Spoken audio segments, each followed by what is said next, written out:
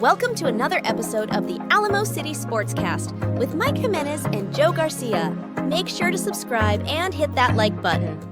Join the discussion as we broadcast live from beautiful West San Antonio. And remember to tip your hosts as it helps the show grow. What? Hey, what's Whoa, up? My going goodness. through puberty there, Mike. Woo-wee, man. The second time this week that this has happened where I've started off with just a weird voice. I think what's coming down is that fall is in the air. It's chilly outside. False fall. I'm getting sick, man. I think it's a welcome to the Alamo City Sportscast. No, you know coming what at you you need from to the do? west side of San Antonio. You Some need to bourbon, Yeah, exactly. some Buffalo Trace. Yeah. What was Hey, up with for that? Christmas, you owe me a bottle of Buffalo Trace. I think I just owe you a Buffalo Trace just because. Yeah. There was that one time when I got sick and I was just racing through it. But this is Yeah. the Alamo City Sportscast. We go from 10 to 11:30 here on YouTube, Facebook, and on Twitter as well. Lots to get into today. I'm wearing a Spurs shirt because this is the last preseason game before the regular season. Regular season starts 1 week from today. You know, the great thing about this show, Joe, we have 1,040 some odd subscribers, right? Yeah. They are part of this show. This is the People's Podcast. David Atwater reached out to me on Twitter earlier today and said, did you see the ESPN analytics on the Spurs this year? And alerted me to something that was a little bit disturbing, Joe. If I had asked you the question, what are the odds of the Spurs making the playoffs? Yeah. A percentage. What do you think is an actual percentage? Do you think they have a 50% chance of making the playoffs, a 25% chance, 20%? What odds would you give the Spurs? Personal belief. Oh, man. I'd kind of have to agree with what I saw in there. I mean, Well, don't tell me what you saw. I But- know, but but I'm saying, I honestly, man, just from what I'm seeing, 5%, 8%. okay. Even that's low, right? Yeah. Some things have. We have Wemby for crying out loud, right? The team has gotten better. Devin Vassell, Keldon Johnson, Jeremy Sohan. We've got, hopefully they become better. But for ESPN to come out and say, according to their ESPN analytics, to say that the Spurs have a 1% chance of making the playoffs, 1%, the second worst in the entire NBA, behind the Pistons, behind the Trailblazers, behind the Jazz and the crappy-ass Brooklyn Nets, say that the only team that has lower chances of making the playoffs this year is the Washington Wizards. Got me thinking, Man. how disrespectful is it? Or is it, as TLC said back in the day, actual and factual, and we just don't even realize it yet? Are we living in a world right now, a bubble of Spurs fandom, where we have optimism in Pop we trust, in Wemby we trust, you know, Chris Paul coming over, Harrison Barnes, you know, Wemby taking a leap, Devin Vassell taking a leap. Do we live in a bubble of that, or is everybody just looking at us and thinking to themselves, wow, your team sucks, and you guys just don't even realize it? No, I think what it is just Vegas odd makers and, you know, the 4-letter networks and all that, you know, like Jeff had posted out there on Twitter, or the X, should I say. They're just trying to keep it real, man. I know Spurs fans are optimistic about the season because we have, you know, 2 veterans that came on the team. The younger crew, for all intents and purposes, is getting better. And the team looks a lot better in preseason. But let's be honest with ourselves. At the end of the day, there's nothing wrong with being optimistic as a Spurs fan. You want the best for your team, and you're hoping they're going to exceed expectations and flirt with the play-in game, or even break on through and get to the playoffs. That's always a possibility. But at the end of the day, I look at the glass half full and I say, you're bringing in mostly the same roster. You have some veterans. The team will be better, no doubt. But 43 wins, if they even get that, that's not enough to get you into the play-in. Vegas has the Spurs winning 35 games, 35 and a half. I have them winning 35-38. Okay. ESPN says, nope, not at all. In fact, so we had someone asking the question, are they talking about the playoffs or the play-in tournament? Because those are two different things. It used to be that the top 8 teams made the playoffs. Now only the top 6 teams make the playoffs. So it's a 1% chance of being in the top 6.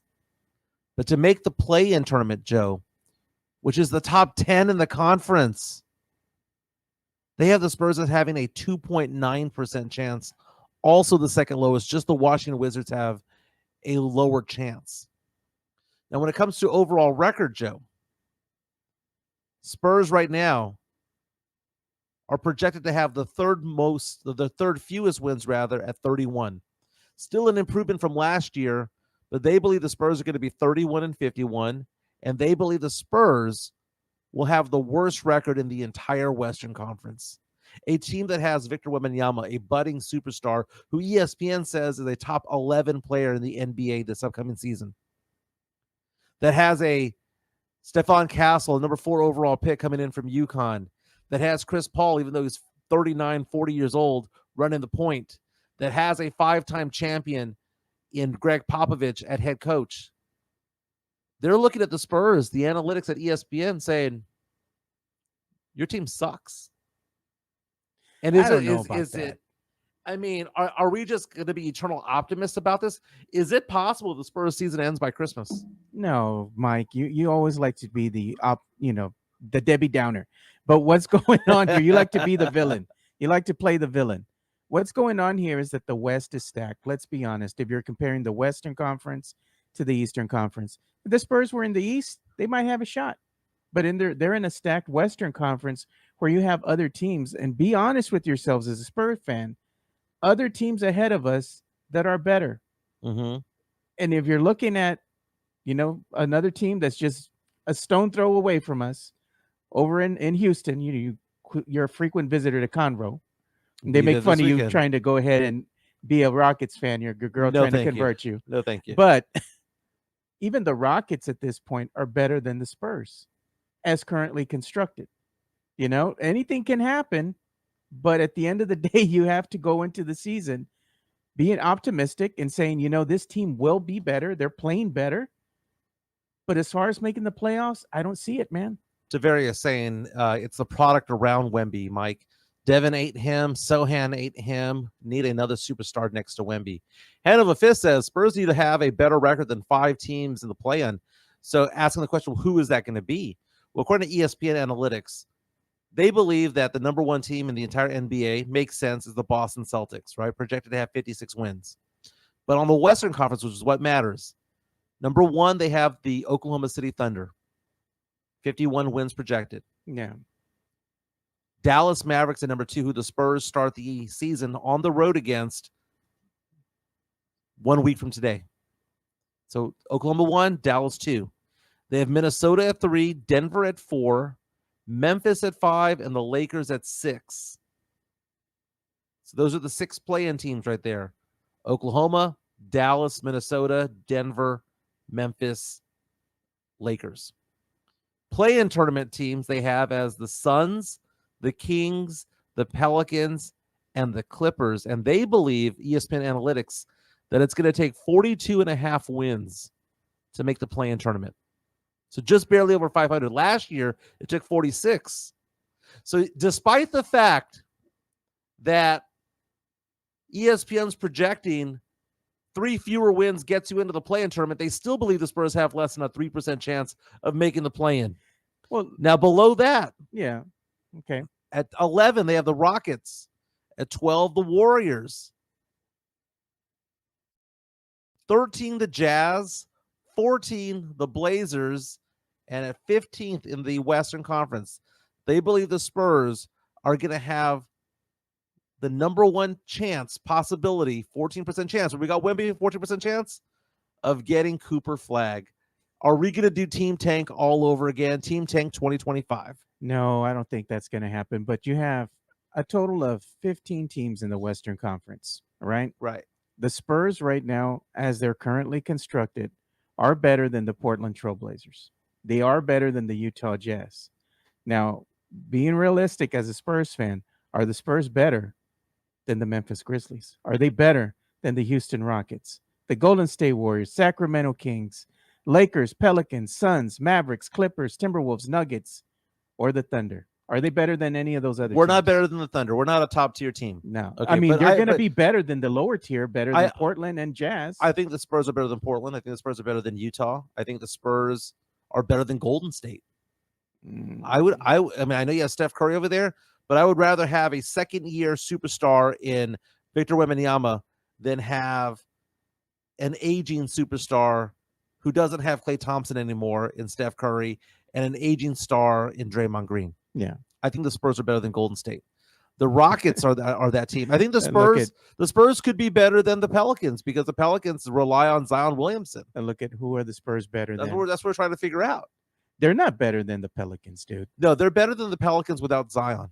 I would bet on the Spurs against the Pelicans if Zion's not out there. Now Zion is out there, and Zion misses half the season most of the time because he's damaged goods. With Zion, New Orleans is better. Without, I think the Spurs can go toe-to-toe with them.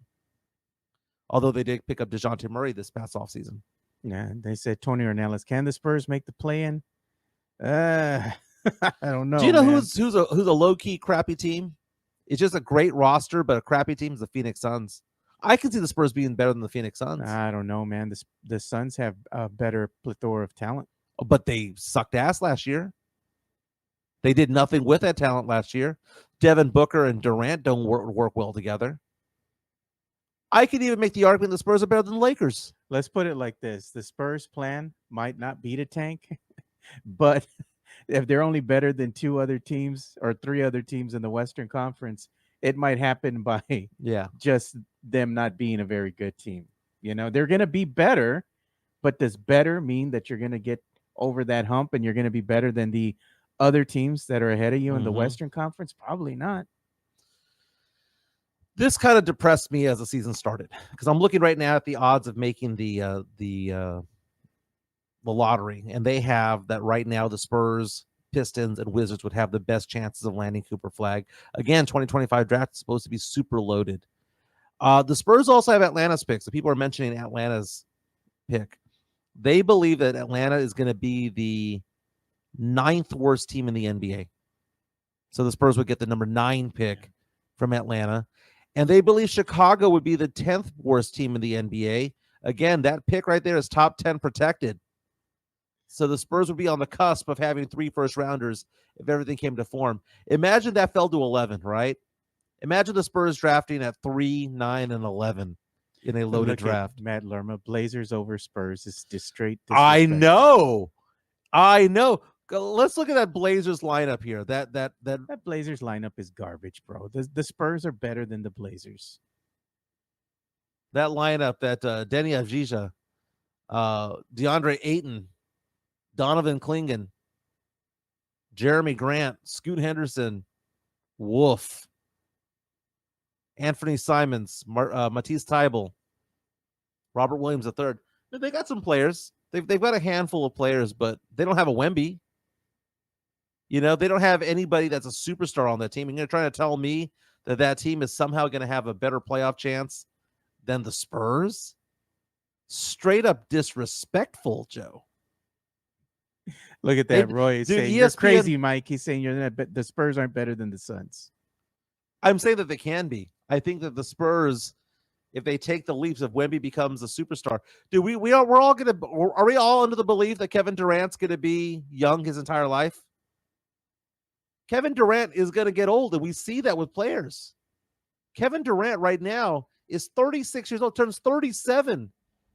Yeah, look at in a couple of days. Fist says the Clippers, they might suck this year. Yeah, especially with Kawhi Leonard out there. Sorry, Kevin Durant just turned 36. These are aging superstars, man. Kevin Durant, Steph Curry. This is not 2020. This is 2024. This isn't 2015. This is 2024. JHNSB. Where we aren't even going to make the play-in. Well, Stop ESPN saying less than a 3% chance. So why are we watching these games, Joe? Why are we watching these games? It's false hope. Just why does Cowboy fan watch every weekend? Just in hopes that they'll win. Jerry dies. Man. You know? Hey, we should take bets on that. How many years does Jerry got left? Oh, dude. Celebrity death pools. Man. I did a celebrity death pool many years ago. I know that Mike Taylor made his really popular on Thunderdome back in the day on the Mike Taylor show. But I took part in one 20 some odd years ago, man. And I won, dude. There was a lot of celebrities that died.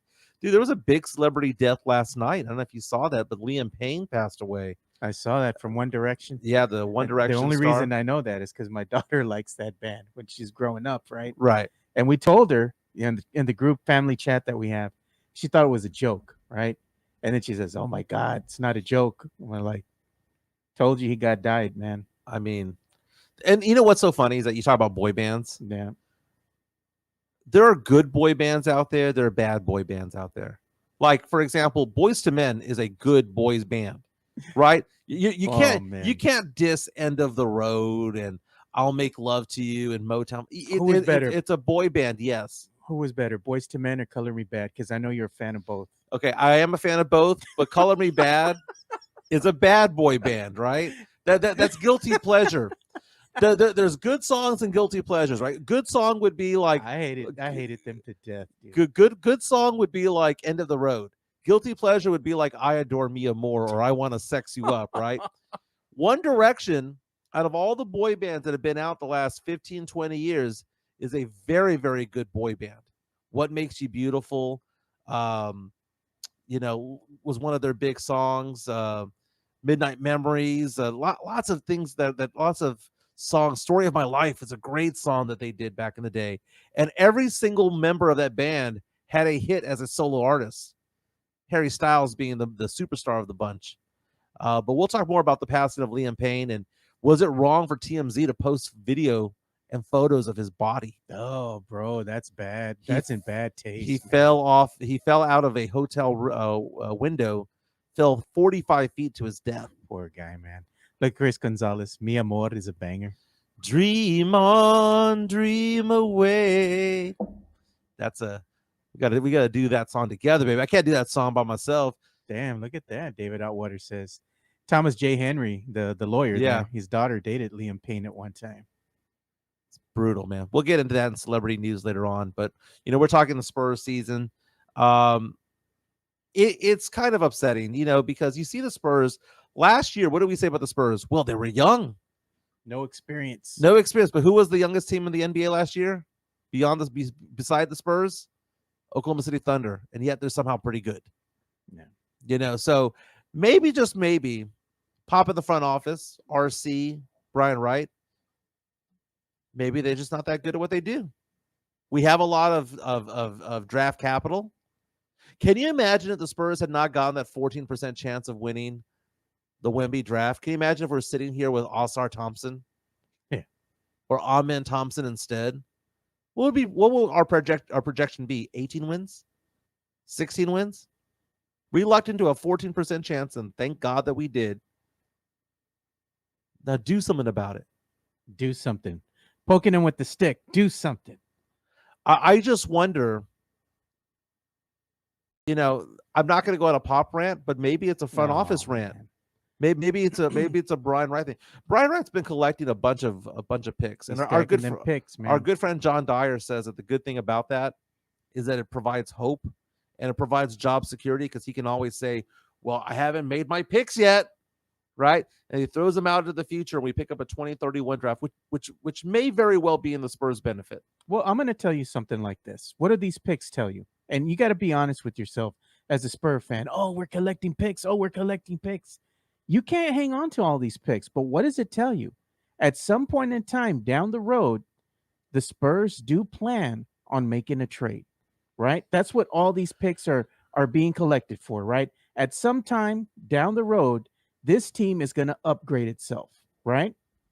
And again, like I keep telling Spurs fan, don't get used to these players that y'all fall in love with, because you can't tell me that the Spurs won't say goodbye to any of them except for Wemby if the price is right. Because look what happened. They said they'll never trade Sean Elliott.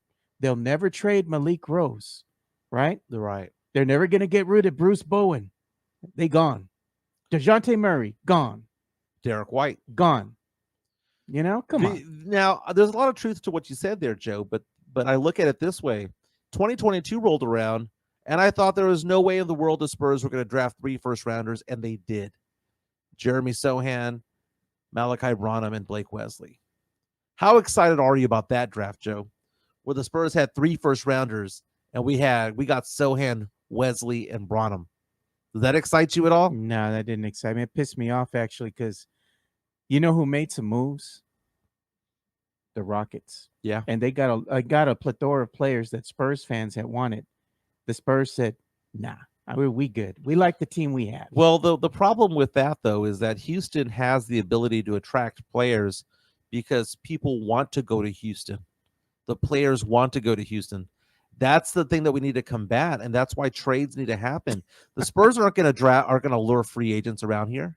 Look at Chris Gonzalez. Are the Spurs the dead body from Stand By Me? Jeez. You want to go see a dead body? Because we know this, that no one wants to come over here as a free agent. It's true. It's true. Why does Houston get free agents? Well, you just go to Houston. There's a thriving African-American community over there, right? There are fun things to do over there. It is a big city, and that is a big draw, right? La Villita does not attract players. Our downtown and the Pearl does not attract NBA players. It doesn't. So you either have to draft them or trade for them. But the Spurs have been reluctant to trade for good players. And that's the thing, is that it takes a premium. If we were going to go get Trae Young, and don't get me wrong, I would have enjoyed it, but I'm kind of glad that they didn't, right? I would have been more excited about Lauri Markkanen. But the Spurs have to trade at some point. And if the Spurs think that they're going to trade 3 first-rounders for a star, they're wrong. Yeah, so what has this team done in the last couple years here? They have done absolutely nothing prior to them, getting Wemby, lucky shot there that they got Wemby at number 1. Prior to that, what did they do? They saw the other teams in the West getting better, making moves. Spurs did nothing. And this was something that happened over the course of a couple of years. It didn't happen overnight. You saw these other teams doing things to get better and prepare for their future. And what did the Spurs do? Absolutely nothing. Nothing. Well, the one that's been pulling all the trades and getting all the things done the right way is Sam Presti. And that's a sad thing, because Sam Presti, was with the Spurs as an executive for many, many years. And we let him go. And there's been a talent drain from San Antonio over the past 10, 15 years. We saw Presti go. We saw the shooting coach go.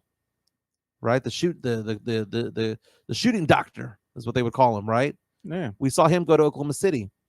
We've seen talent on the coaching side, from Will Hardy to Mike Budenholzer to gone. Ime Udoka to Gone. all of these guys over Hammond, the years. gone. Becky Hammond, gone. And what do we have left? Pop. We have Pop, and we have Brian Wright. And don't get me wrong, man. I love me some Pop, like you said. And I totally agree with what I say here, and I stand on it, even though I know you don't like it.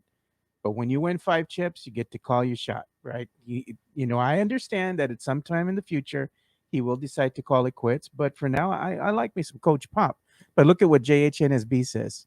We have our centerpiece. Can't be drafting rookies, expecting them to be playoff ready. And this is true. I mean, you look at what's happening with Stefan Castle right now. Kid looks ready, right? Yeah. He looks like he's ready to take that leap. Well, just see how it translates into the context of a regular basketball season. In preseason, you can look like a world beater, playing against, second and third stringers out there. But when you're playing against that top tier talent out there in the court, they can humble you a little bit. They can, but I'm not worried about Castle. Castle's one of the few rookies that I would not be worried about. I'm not. He'll have his bumps and bruises, but I'm not worried at all. That guy's an NBA player. No, he is NBA ready. But I'm saying in the beginning, though, like you said, he might have some growing pains there, but I think he's going to figure it out. Mm-hmm. So I'm looking at the Spurs roster right now, and I think to myself, what would other teams have done? Imagine if the Dallas Mavericks or the Houston Rockets, let's forget the rest of the NBA. There's 3 teams we should focus on: Houston, Dallas, and Oklahoma City, because they're the ones that are closest to us. They're also the ones that we have familiarity with, right? We have familiarity with the Oklahoma City Thunder because they're young just like us. We have familiarity with the Rockets and the Mavericks. We play them all the time. They're in-state rivals. They're division rivals. Had they drafted Wemby, they would have moved mountains to get talent around him immediately. The fact that the Spurs have gone 2 years without doing it is malpractice. It is. Don't get me wrong. I'm going to be there cheering the Spurs on when the season starts and all that stuff, right? Because I'm a Spurs fan. We got no talent around him. We had no talent around Wemby. We got Stefan Castle. Role players around Wemby. Yeah, we got decent players. We got players that are going to make a game good. Yeah. We're going to cover lots of spreads, Joe. You ain't got bucket getters, bro. You ain't got bucket getters until you go out there and you can see another player besides Wemby take over a game consistently, that's a bucket getter. Can That's I a bucket getter. can I make a prediction? Yeah. This is going to be the last year we get of nice Wemby. This is going to be the last year of nice Wemby. I believe that in 12 months, we're going to see Alpha Wemby come out, Kobe Wemby come out, LeBron Wemby come out. That's what I'm projecting. Unleashed. I like it. I believe he'll be in charge of the team, and whatever he wants goes. Or he can be gone too. Well, exactly. You know how you said Pop can make his call, Pop can make his no. If Wemby wants Pop gone for whatever reason, you're done. You know who was? You know what? Look at this. I like this comment here. JHNSP. Spurs hate shooters. And case in point, guess who was available on the free market right now? Well, Doug McDermott apparently. Dougie McBuckets. Well, the Spurs did that trade with Sacramento, and it came out that they did that in order for Doug McDermott to have enough salary cap space to go over there and sign the contract he wants it. So the Spurs only got a second-round draft pick out of it. They did a solid for one of their former players. Yeah. And in the process made a rival, or not a rival, a conference rival better. Yeah. And the thing is, I don't know about look that. at JHNSB. Spurs hate shooters. Back in the day, wasn't the case, man. I remember when the Spurs had Danny Green and Kawhi Leonard. The Spurs had Boris Diaw and Manu and all these shooters. Who's saying this here? Tavares, go get Lonnie Walker. No, bro. I thought you were going to say nombre. No, man. We good, dude.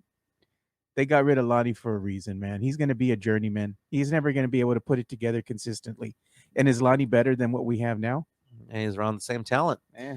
JHNSB, if Wemby leaves, are you guys going to follow him to his new team or staying as Spurs fan? You know what? That might be unforgivable if the Spurs lose Wemby, because when the Spurs lost Kawhi, because Kawhi was weird. And he had an Uncle Dennis and all that stuff, right? So it was easy to kind of get over Kawhi because the guy was a dick. Yeah. Right. So that was kind of easy. But you try to do that with Wemby, and if Wemby leaves and he says, they didn't give us anybody, they didn't give me any help. Yeah. You know when it all changed for Kawhi? When the Pelicans, I think it was New Orleans, they hosted that NBA All-Star game. Mm-hmm.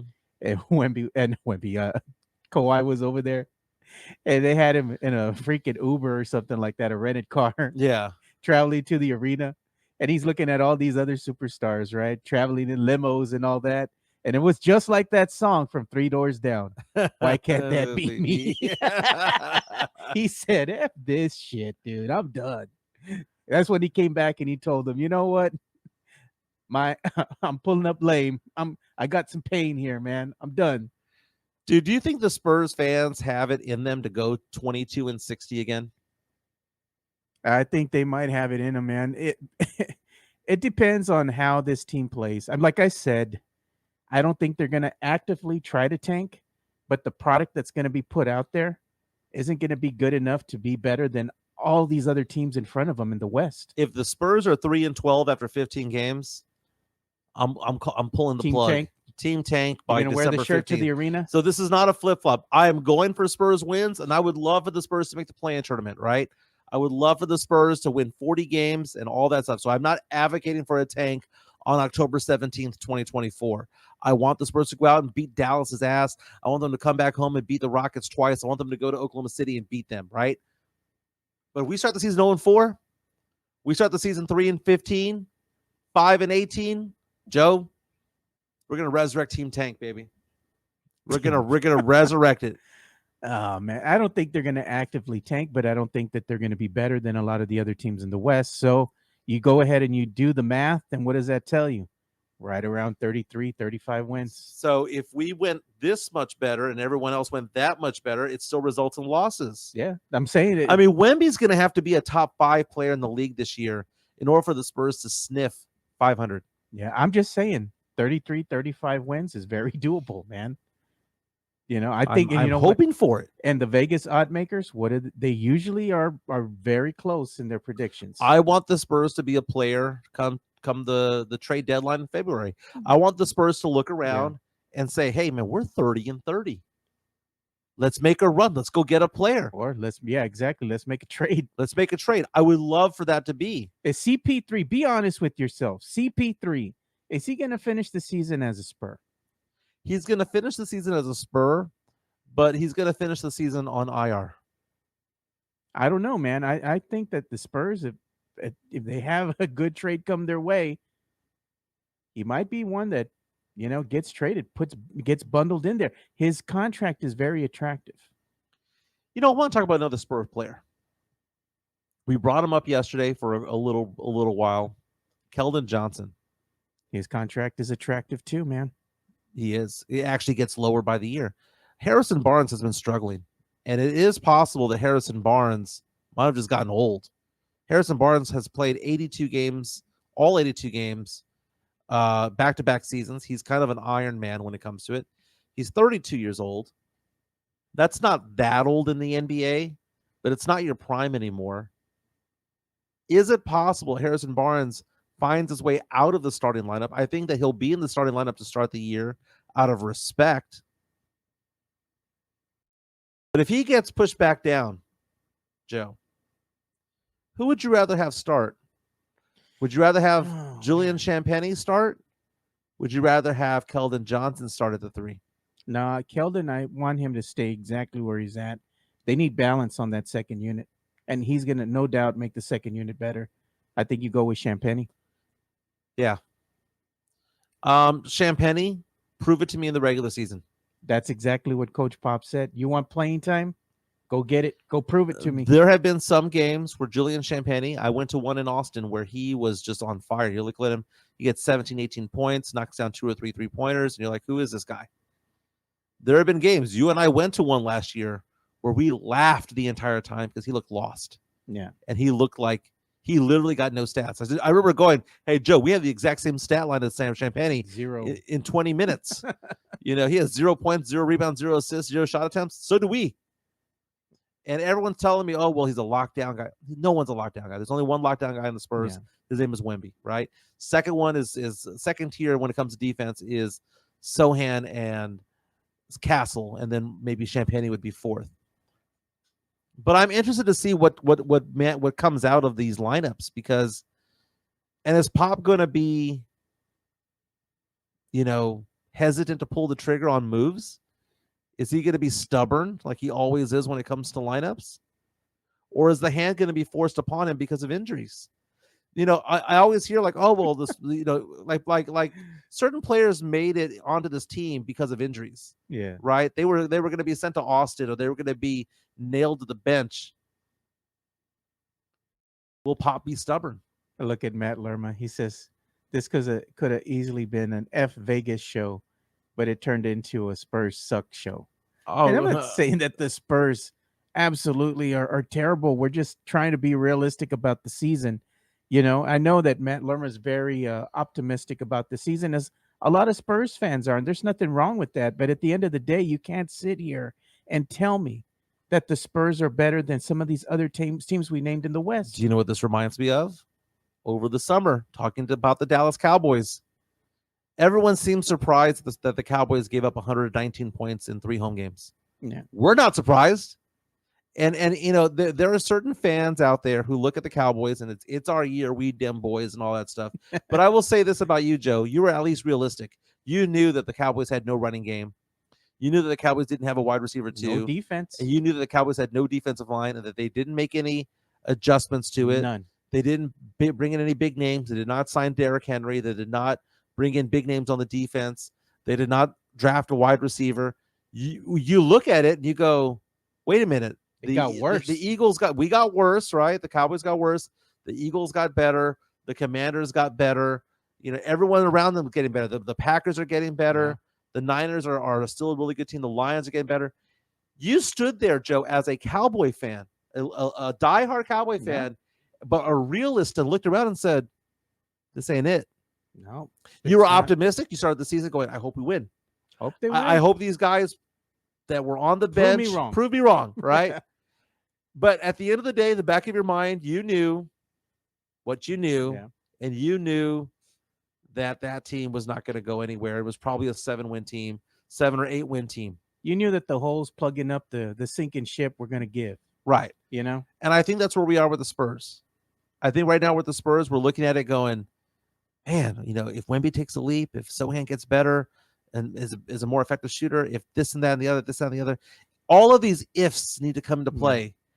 And when you're going into a season with a bunch of ifs, more than likely you're going to be disappointed, right? We're going to be sitting here 2 months from now, Joe. We're optimistic now, right? Season starts October 24th against the Dallas Mavericks. We're optimistic right now. But there's a very good chance that we're doing the show in January, Joe, where we're looking back going, Spurs got nobody in the offseason. Oh, they did get somebody. We got a 40-year-old point guard out of it. Harrison Barnes and CP3. And we got Harrison Barnes, an agent small forward who's talented. But there's a very good chance that in January, just 3 short months from now, we're going to have a conversation where we're like, this ain't it. This ain't it.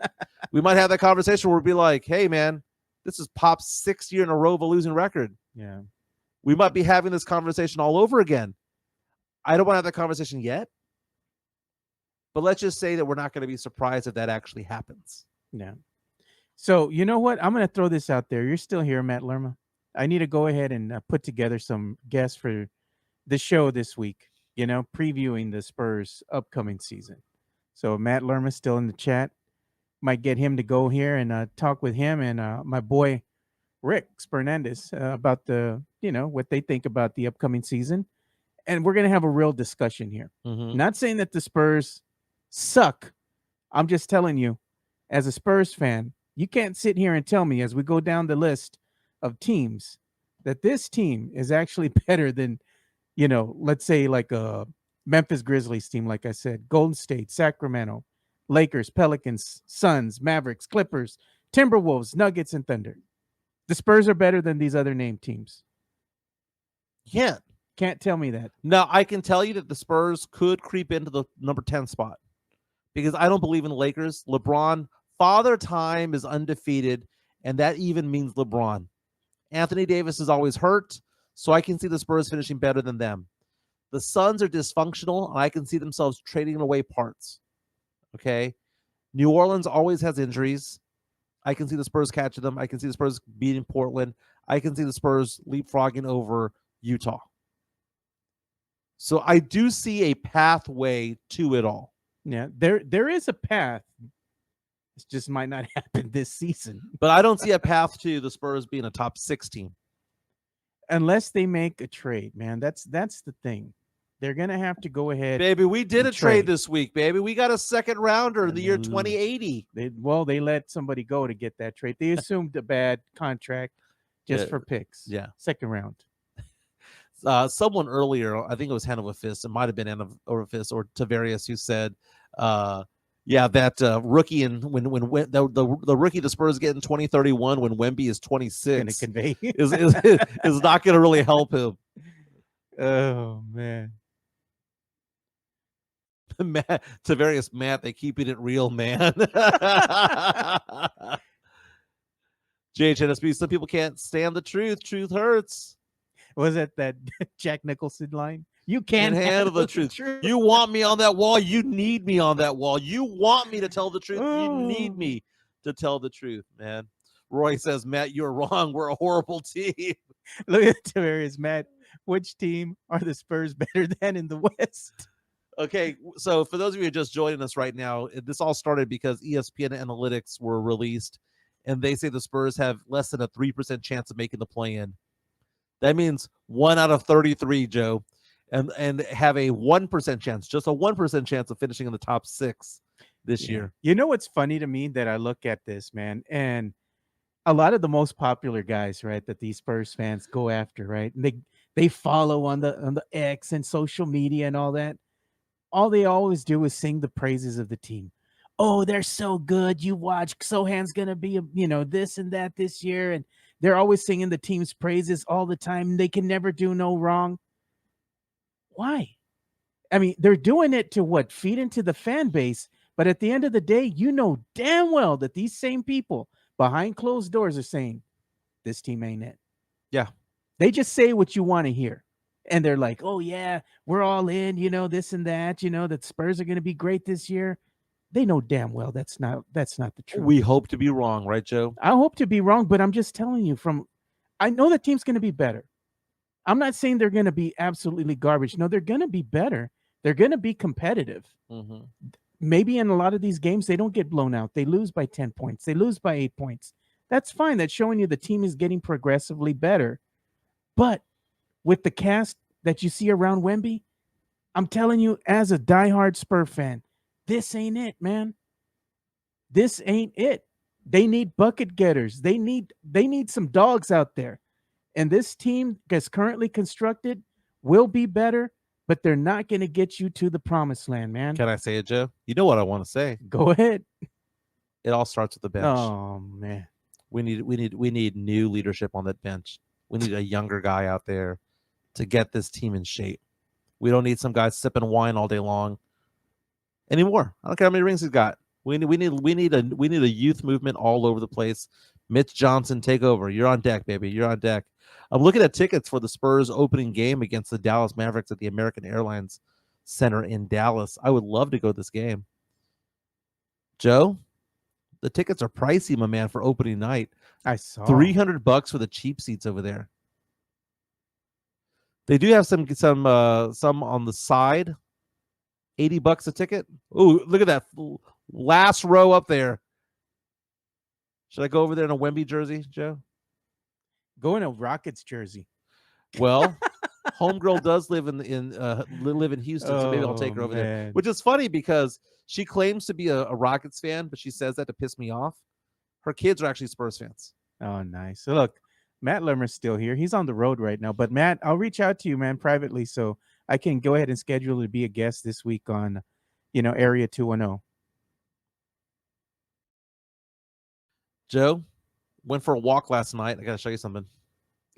God, I think I know what you're going to show me. I saw that. Where is it, man?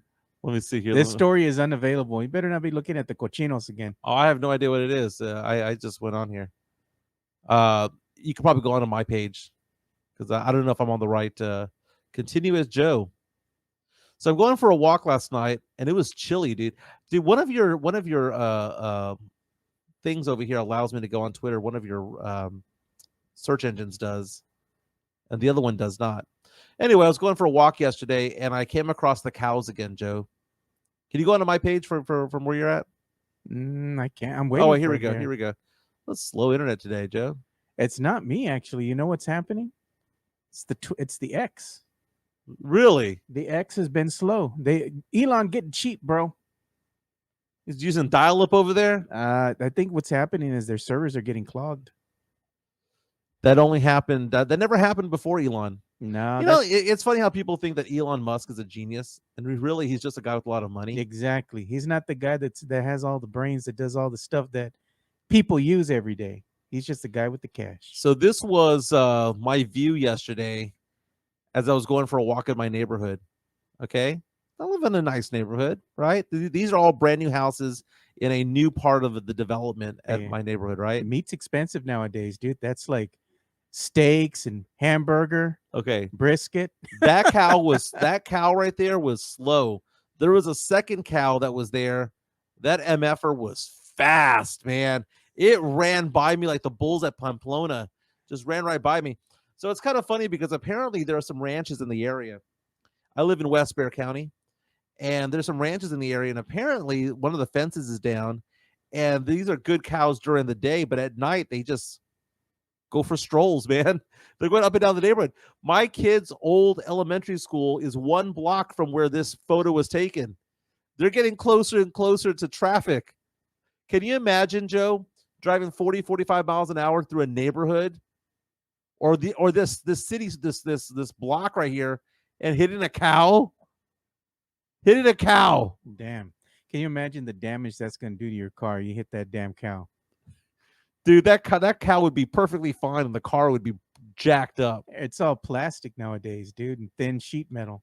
Yeah. That cow be like, all right. So I went for a walk a couple of weeks ago, and as I was walking up the street, I could hear the footsteps. And I looked, and these cows were walking next to me the entire time. But it was so dark that by the time I tried pulling my camera out to take a photo, I was afraid of doing the flash on them, right? So I went for a walk yesterday. Chilly, man. It was chill. It was 50 degrees this morning. 52 degrees. Dude, these cows are just in the middle of the street doing nothing every night now. It's crazy.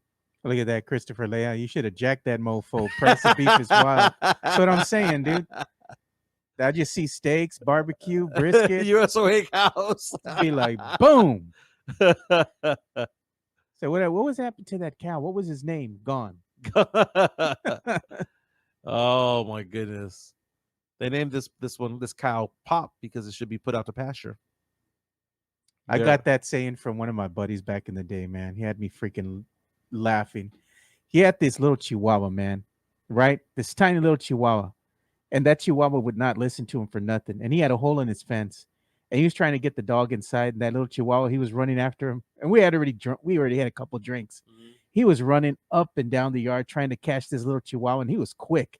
Kept going through the hole in the fence, He finally got tired of him. He put like a rock or something behind that hole in the fence to stop him so he could grab him and put him inside because he didn't want him to be running around and get loose, you know? And the next time I went to the house and I told him, hey, man, what happened to that little dog you were chasing? What was his name? Gone. He's let's pour one out for him and for Daisy. I think the cows were looking for Daisy. I think that's what they were doing, man. I'm of the belief that Daisy's with some family somewhere. Oh, bet you she's with some little old lady. She's spoiling the shit out of her. Yeah, I'm pretty sure about that. Everyone loves Daisy. We had a comment there from Chris Layhouse saying, I'd run that cow down, he said. Let's show Chris Layhouse some love, MCS General Contracting, for that diamond hard concrete. Yep. MCS General Contracting, more than 30 years of combined experience in concrete placement. They are the best in the business. Honest pricing, high quality work. They get going on house foundations, driveways, concrete patio decks. If you want to extend the deck, extend the driveway. If you're a business and you need to put together a slab, a parking lot, or other concrete placement services or sidewalks, reach out to MCS General Contracting at 210-774-9155. They're confident in their skills, so give Chris Leha over at MCS General Contracting a call at 210-774-9155. And thank you for being a sponsor of this show. That diamond hard concrete, I'm a client myself. They did a sidewalk and a landing where I'm at. Did a fantastic job. I'm looking forward to working with them again in the future. Hey, today, week 7 of the NFL season gets going, so set your fantasy lineups. We have an interesting game involving my favorite team, the New Orleans Saints. It's interesting, not because it's a good matchup on the field. It's a battle of what? It's a battle of rookie quarterbacks. There you go. But it's also the return of Sean Payton to New Orleans. Sean Payton, who led the New Orleans Saints to a Super Bowl 15 some odd years ago. He's going to get a standing ovation. Who was a longtime coach of the team, controversial coach, in fact. Going to the Denver Broncos, he stopped coaching for a long while. Finally went with the Denver Broncos, has kind of imploded that team, trying to build it up in his image. He returns to the Saints. He returns to New Orleans for the first time as an opponent. So you have that dynamic, and then you have that dynamic of Bo Nix versus Spencer Rattler. Which rookie's going to come out on top? I know you're excited about Rattler. Dude, Rattler had a really good first half and then got erratic in the second half last week. Saints coming in at 2-4, won the first 2 games, lost the next 4. The Saints have been competitive in all but one game. That one game was last week. The Broncos somehow 3-3. That team sucks, but they somehow are 3-3. They're a bad 3-3 team. These are 2 bad teams going at each other. One's got to win. One rookie's going to win. Let's see if Spencer Rattler is the guy. No Chris Olave, I don't believe. Chris Olave out with an injury because he had a concussion that he suffered in last week's game. So Raheem Shaheed will need to go off for the team. Again, that's going to be tonight. Let's take a look at other games this week. The Dallas Cowboys are off this week, so we know one thing for sure. They're not going to lose. 2 bad teams, Joe. Patriots and Jaguars. Ugh. That's going to be in London. Why do we send crappy teams over there? We send Jacksonville over there, but why do we send other crappy teams along with them? You know why? Because they know that they're not going to be able to sell out the stadiums here in the States. You know what? Roger Goodell says, let's send them over the pond. We're going to talk about that for a while because I heard yesterday that the damage to the Tampa Rays baseball facility is over $100 million. And it might not be ready for a long while. That place is trash, dude. They might have to just go ahead and where are they going to play? Start over. San Antonio. The Wolf. No. They say, hey, we're building a new stadium. Burbank High School. We got the Seahawks at the Falcons. The Falcons should take that game. Somehow or another, the Falcons only favored by 3 in that game. Titans going to Buffalo to take on the Bills. Bills now have a new wide receiver in Amari Cooper. Battle of Ohio, Bengals at Browns. Bengals need to win this game in order to keep pace with or have any chance of making the playoffs.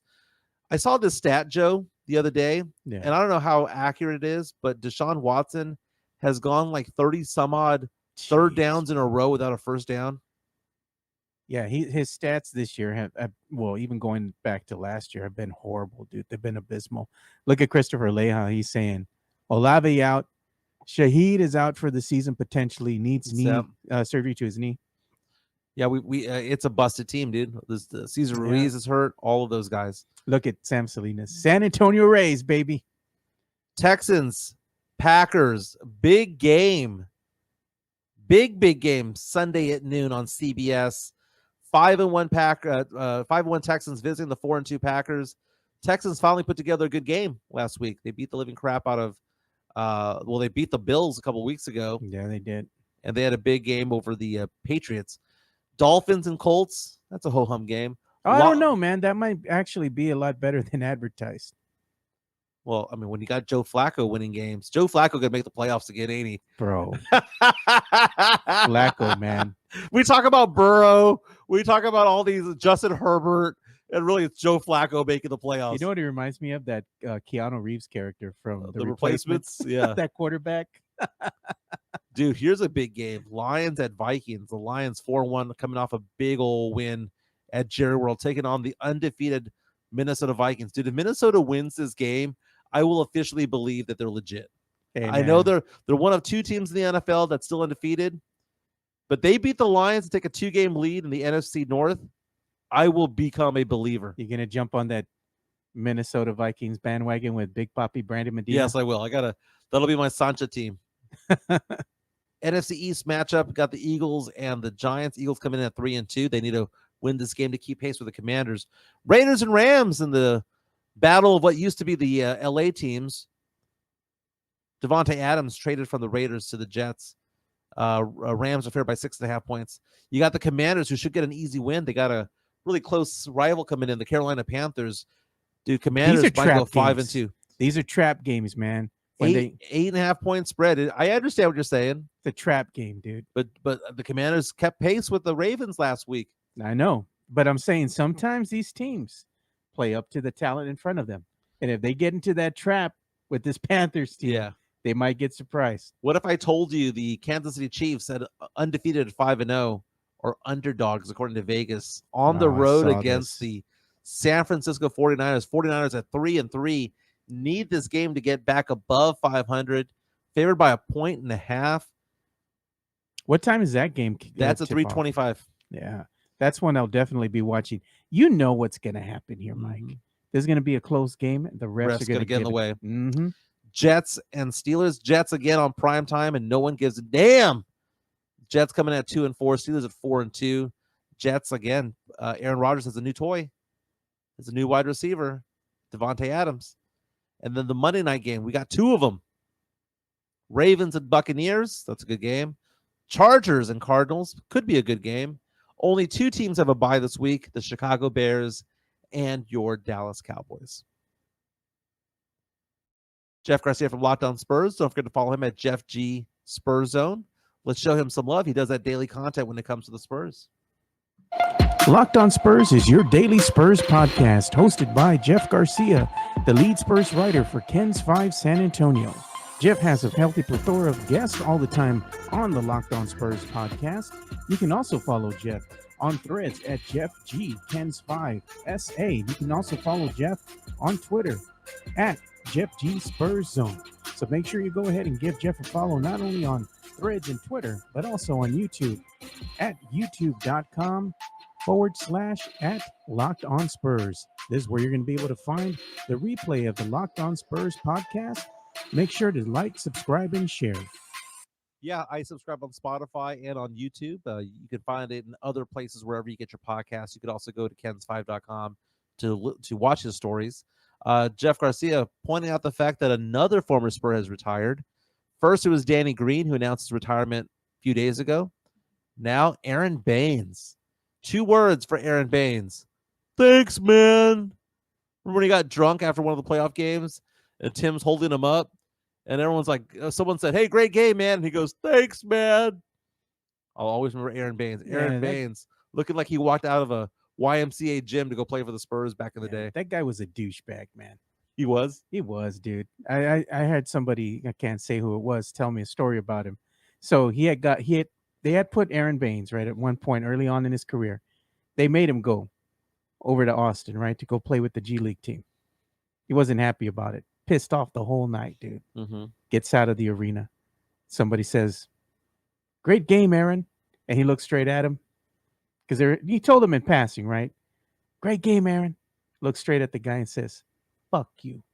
And then gets in his car. He tears off down the parking lot. He's good side of control because it rained, right? And he goes and hits all these cars that are parked on the side, right?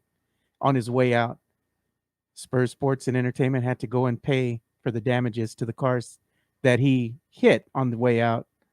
Didn't care. Didn't stop. Aaron Baines, he was what do they call him? The celebratory cigar.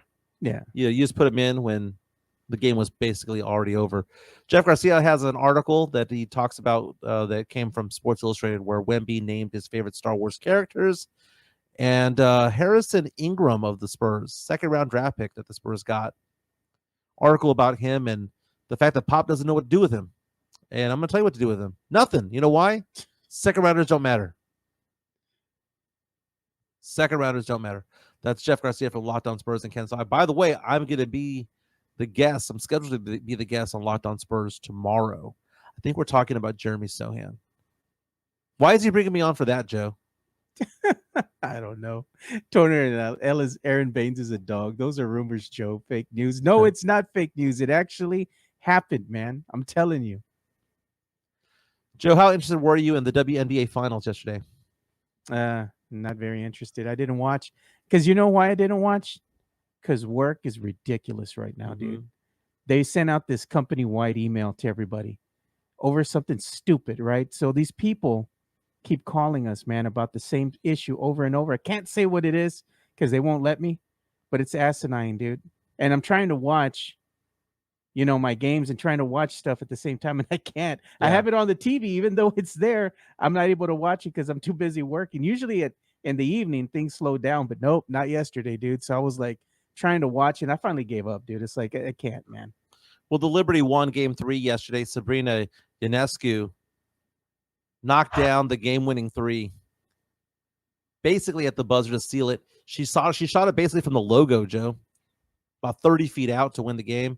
Unfortunately, there it goes. Called one of the biggest shots in WNBA history. 19,000 people were there. I like this, Joe. 30 feet out, money, win the game. Liberty take a 2-1 lead in the series. We're going to talk about that, Elias. I got that coming up in the last segment of the show. Oh, okay. Okay, yeah, we're going to get there. We're going to get there. You know what? Do you want to do it now? Or do you want to talk to entertainment news? Well, you know what?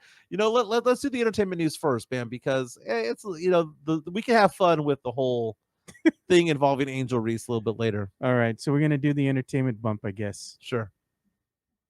Nope. Let me go ahead and get that going. I forget that I have to do this all the time. I got to switch. Hold on. Now we can do it.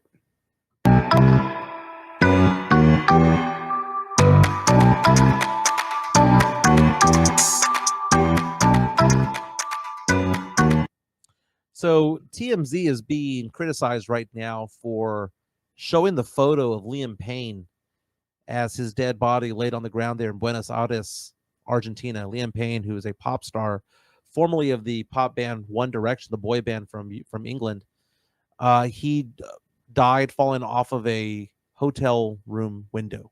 I don't know if it's a balcony or a window. TMZ showed the photos.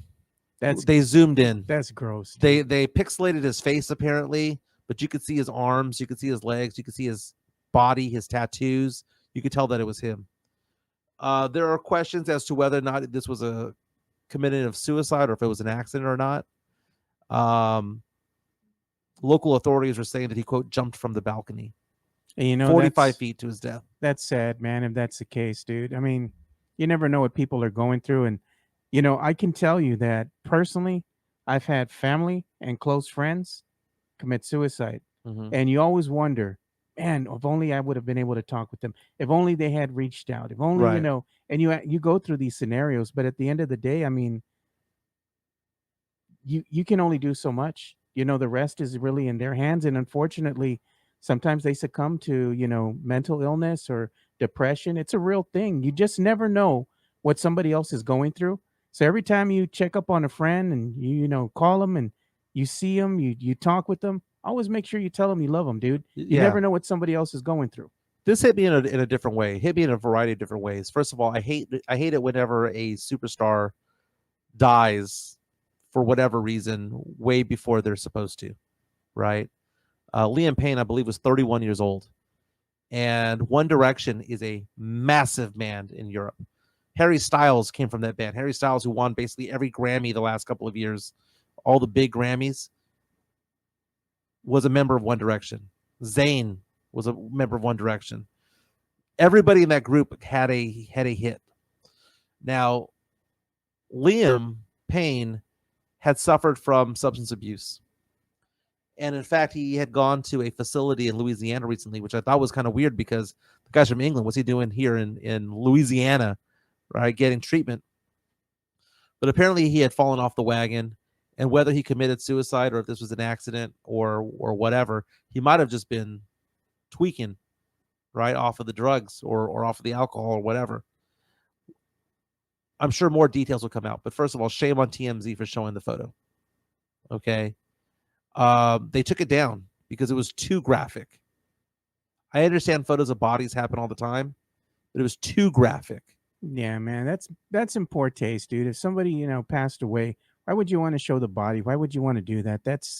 There's no place for that, man. That he has family, you know, he's got a mom, parents, siblings. Nobody wants to see that. So they got a 911 call yesterday, according to Sky News and the BBC, that the hotel's chief receptionist called police worried about Payne's behavior, told reporters that it assumed that somebody was under the influence of alcohol and or drugs, and that he needed to come urgently to the location. Throughout the call, Payne's name was not mentioned. Goes on to say that he was on the balcony and that people were afraid that he was going to threaten his life. One Direction, again, members Harry Styles, Zayn Malik, Neil Horan, all who had hit songs. Lewis Tomlinson, also a member. They were created by the X Factor UK back in 2010. That's one of those things that involved Simon Cowell from American Idol fame back in the day. He's the one that helped put this band together, along with, I believe it was Nicole Scherzinger from the Pussycat Dolls. Couple of things about this. I had a text conversation with my daughter about this yesterday because she's a big One Direction fan. Yeah. And I was telling her that it's weird whenever you have one of your favorite singers pass away, right? In my lifetime, I've had Kurt Cobain die. I've had Lane Staley, Scott Weiland, Chris Cornell, Chester Bennington. And for those who are Prince, and for those who are fans of like Amy Winehouse and fans of Selena and stuff like that, we have our part of our youth dies when our music dies. And it's just so sad. Now, you mentioned somebody going through an issue like a Depression and whatnot. Yeah. There was an incident back in about 99 or 2000 when I was at a party in Corpus Christi, Texas, and one of the reporters was threatening to jump out of a hotel window.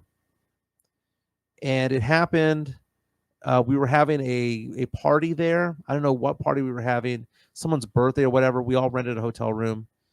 And we weren't all going to stay there, but we rented a hotel room just to like party at. It was like at the Omni, one of the big hotels over there. And one of the reporters had 80% of her body out the window. Oh, man. She had broken up with another reporter at the station, was all depressed. She was somebody who drank super heavily. Every day was drunk off her ass. Almost died. And it was me and another person who got her back into the room. Damn. Now, I was the secondary in holding her because it was a friend of mine who had like the majority of her body, but I had a leg, and we brought her back in. Damn. And I now go on Facebook, and we became friends on Facebook years later. And I see photos of her with kids now, and I think to myself, those photos with her kids wouldn't have happened if either one of us had let go. Yeah. I didn't save her life. I think my friend saved her life. I just helped. But there are people who are troubled, man, and they're not in the right mind. Liam Payne had everything in the world, dude. He had money, he had fame, he could have had any woman he wanted. But because of drugs and whatnot, he became allegedly an abusive person too to his ex. It's very, very tragic. It's sad to see, man. But Liam Payne passed away at the age of 31. Shame on TMZ for being too graphic with what they did. You know that they did wrong when they removed it right away. Oh yeah, dude. You know, no other outlets are showing stuff like that. You know, they're saying, you know, what happened, reporting on what happened. I'm sure people are heartbroken about the whole loss, but 31 years young, dude, that's still a lot of life left to live, you know? You know, I was looking at like, you're right. And I was looking at like his songs. You might say, you know, who is he? Well, he had a song called Strip That Down about 5 years ago with Quavo. 1 billion listens on Spotify, Joe. Not including Apple Music and all that stuff or Pandora. Yeah. 1 billion. He had a song called Get Low that has 200 million listens. A song with Rita Ora called For You that has nearly 500 million listens on Spotify. The guy was a big time guy, especially in Europe, dead at the age of 31. And now that you can't have a reunion tour without him, right? That's what everyone was hoping for. That Harry Styles and Zayn and all these guys would get back together. It just gets me in the feels, Joe. Not in a good way, man. It hurts me. It hurts me to see that. Chris Leah was saying that there's video of him jumping that might be out there. I'm not going to go searching for it. No, I'm not doing none of that stuff. Like I said, I have had family and friends that have succumbed to suicide, and that's not something I wish on anybody or any family for that matter, you know, because when people do these, you know, types of things and they leave this world because of those means, it affects everybody, man, and in a bad way. Now, speaking of Rita Ora, she was in concert yesterday getting emotional about it all. Talking about Liam Payne. They had that one hit song together as well. He was in Argentina to support one of his former One Direction bandmates who's performing over there, a solo show. Yeah. And then he goes off and either jumps off or falls off, whatever it was, man. Liam Payne dead at the age of 31. Yeah, man. So say a prayer for his family, dude. Keep him in prayer. Yeah, Simon Cowell says they're canceling Britain's Got Talent taping because of the death. Again, Simon Cowell and his production people put One Direction together back in the day. Let's get excited. Let's get a little bit happy, Joe. Yeah, let's get happy. So, first of all, let's show me some love. You can throw my number out there. As of today, Joe, I did the math.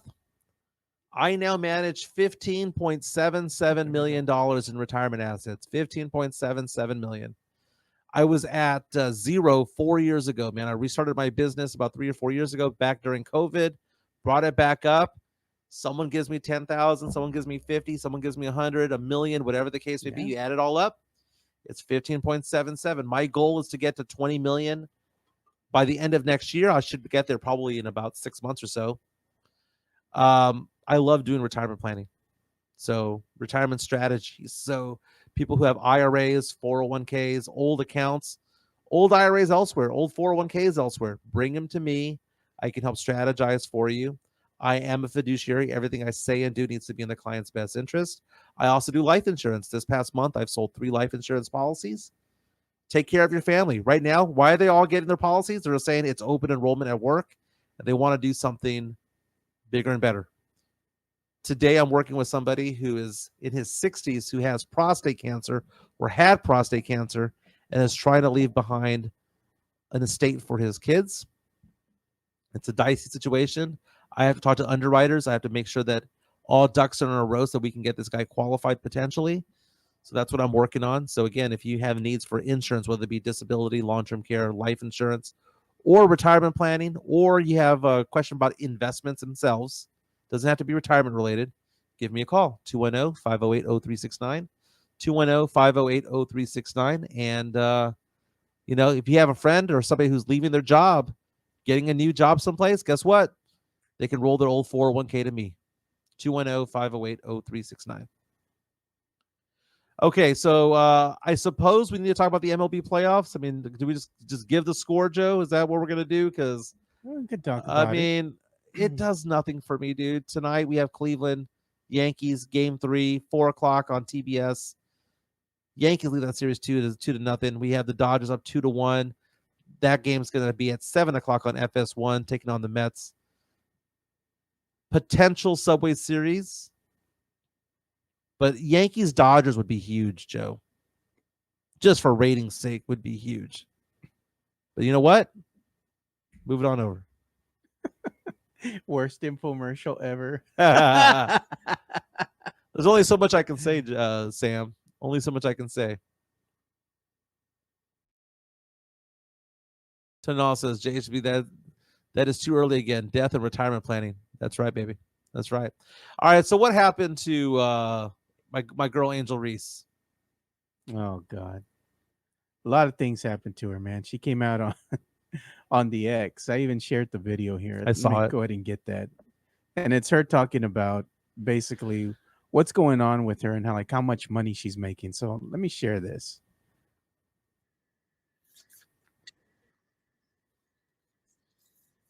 Hand pays them bills, baby.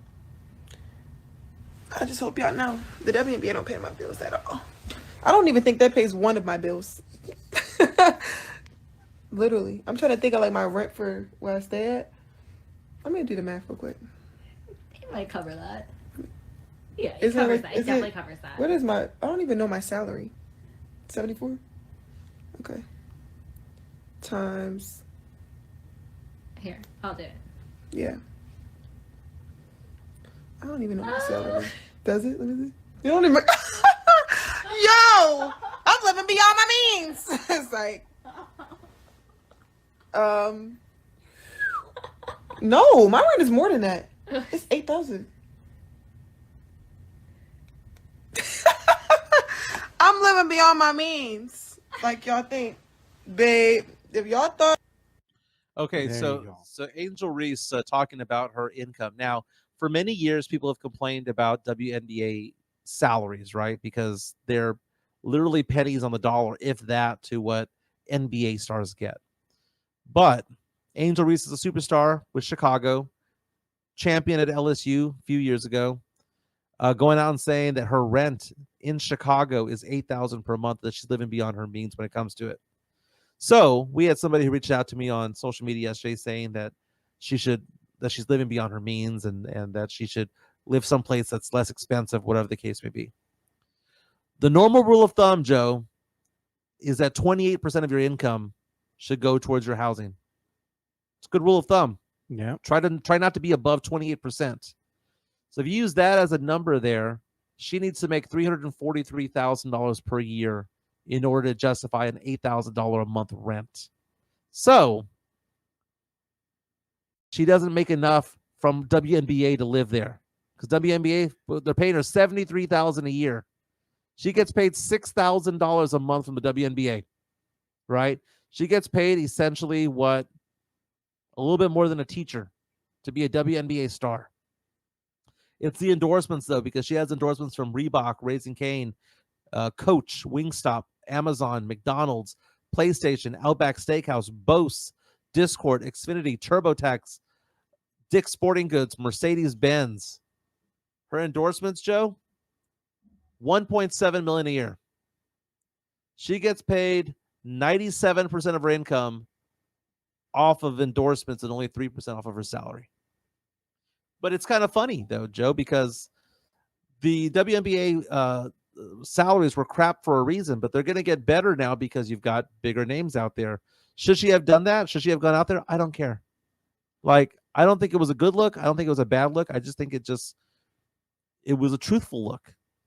The truthful look is WNBA players have salaries that resemble teachers. And they live in big market cities. A teacher in Chicago is probably making $73,000. She's a star of the WNBA team there in Chicago, making that amount. That's the point that she's making. Right or wrong, Joe? See, the thing is, you're making $74,000 a year, right?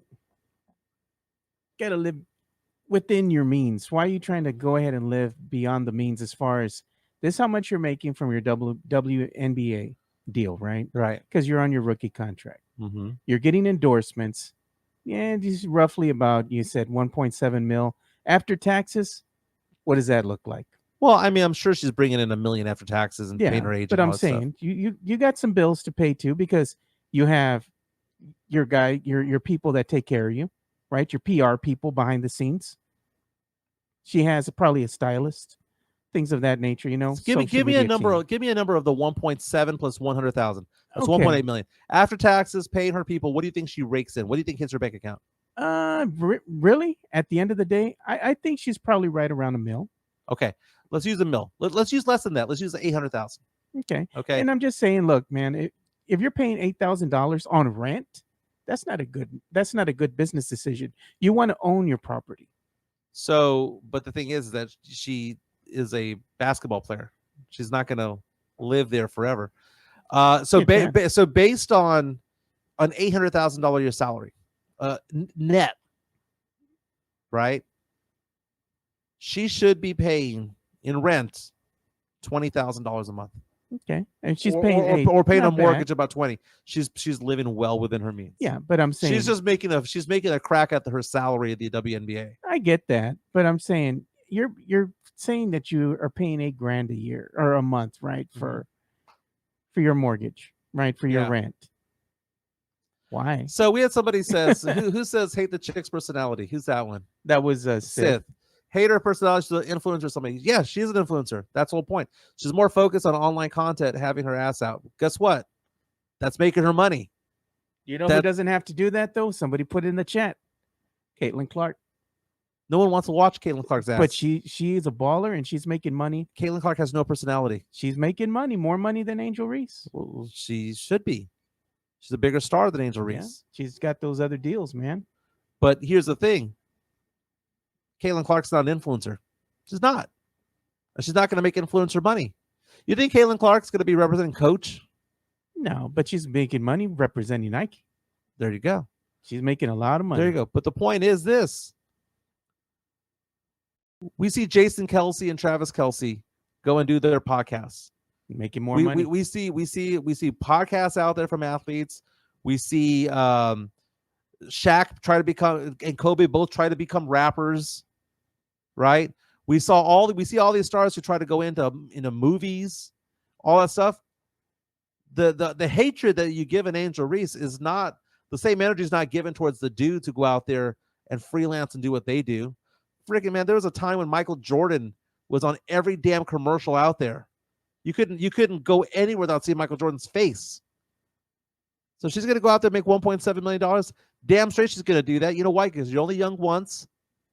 Her body's only going to be like that for a certain number of years. Let her make her money. Let her make her money. Let her ass hang out all over the place. Sith, you're not her target audience, dude. You're not. If you're going to be doing that, why don't you just go Twin Peaks, go work at Twin Peaks or Hooters? Because she's making $1.7 million and the girls at Hooters are making $100 a night. You know, I'm just like, come on, man. There's other ways to make money. Go get your endorsement deals, man. She does. Why not have both? Apparently it ain't enough. She's making fun of her WNBA salary, dude. Like, you don't like it? It's the collective bargaining agreement, man. That's what they got in place for you guys. Caitlin Clark has a $28 million endorsement deal that includes Nike, Gatorade, Bose, and State Farm. So they both represent Bose. Caitlin Clark with that State Farm money. Now look at this. Angel Reese just doesn't let it die, man.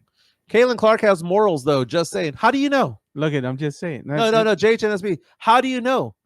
You know what? How do you know that they have morals? How do you know that one has better morals than the other? We don't know any of these people. You don't know. Dude, back in the day, I used to go to the Spurs. I'm not going to go into the Spurs, man. A lot of those guys were not what you think they are.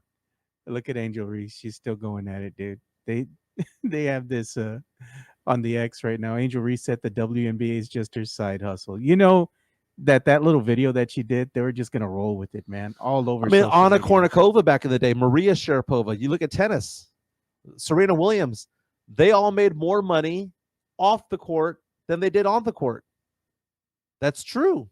That is true. Women's sports pays less. You got to go model. You got to go be an influencer to make more. OnlyFans now? Is that what they do? That's not what they do, Joe. Although there was that one girl Your that friend, won Olympian. Paige Sporonic? Yeah, but she doesn't get naked. No, I'm not saying she does, but that's OnlyFans, right?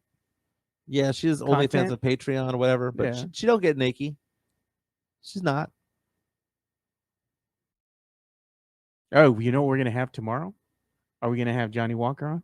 I believe so. Gonna be talking about UT football. UT football. They got Georgia this week. Is that who they got this They week? got Georgia this week. They were saying who was a better mascot, Uga or Bevo? That's a good one. You know what? They're both top tier. I can't pick one over the other, dude. I can't. I got to go with Bevo, man, because Bevo almost lanced Uga that last time. Remember that? Yeah, and that's just stupid to bring a freaking Longhorn onto a football field. All those people. Hey, man, Uga wanted to F around and found out. Very, very nice. Everyone have a fantastic day. The weather is wonderful here in San Antonio. It got down to the 50s this morning. Looking at it. But according to weatherchannel.com, December to February might be a little bit warmer than normal when it comes to it all. But I never believe those projections, dude. You always hear the projections about like the hurricane season. And it's like, oh, there's going to be a lot of hurricanes. And then there's nothing. Highs today in the low 80s, upper 70s. Not bad. I'll take it, baby. I'll take it all day, every day. A good day, man. Oh, by the way, we got to pour one out for somebody real fast. This is it's not pouring one out in the sense of something bad happening, but one of our favorite people from the Weather Channel, she got herself engaged. Congratulations to my girl, Felicia Combs, one of my celebrity crushes. Felicia Combs. I know you like the girls from the Spanish stations, whatever. But when it comes to American stations, Felicia Combs is it, dude. Got engaged. Made the announcement yesterday on Instagram. Not bad. Nugget, Joe? She good, yeah. She cute. good. She good. She ain't as hot as those girls from the Telemundo. Well, I think she is. No. You know why? Because she has education. No. She's educated. You don't need education to hold up the. Nah, big booty hoes don't do it, dude. Oh yeah, you see me look at what you're looking at. Anna the Thickie. Anna the Thickie coming out. Demon Mike is out. Anna the Thickie. Is this your favorite Camino Real girl, Joe? Thickie? Yeah. Yeah. There's Anna with there's Jessica in the back. They're doing they're doing commercials now with the girls from Austin who kind of mimic them. Now Jessica said that that's her cousin, but I don't know if that's just like shtick or not. Our girls from Camino Real. Anyway, good times. Yeah, one day you'll get them on here. if you had to choose which one to get on, would you want? I'm trying to think of them. There's Anna. There's Jess. And the middle one is Sophie. There you go. Yeah, that Sophie one, the one that does like the boxing. The boxing, yeah, that'd be cool to get her on because we can talk boxing and like what's her experience being a translator and stuff. You know, for some of the biggest names in boxing. We'll make it happen. Dude. Yeah. I'll send some emails out today. Joe, have a fantastic day. Everyone have a fantastic night. We'll be back tomorrow. Johnny Walker talking with us about UT football, and we'll talk about the NFL Week 7 ahead. We'll be back tomorrow.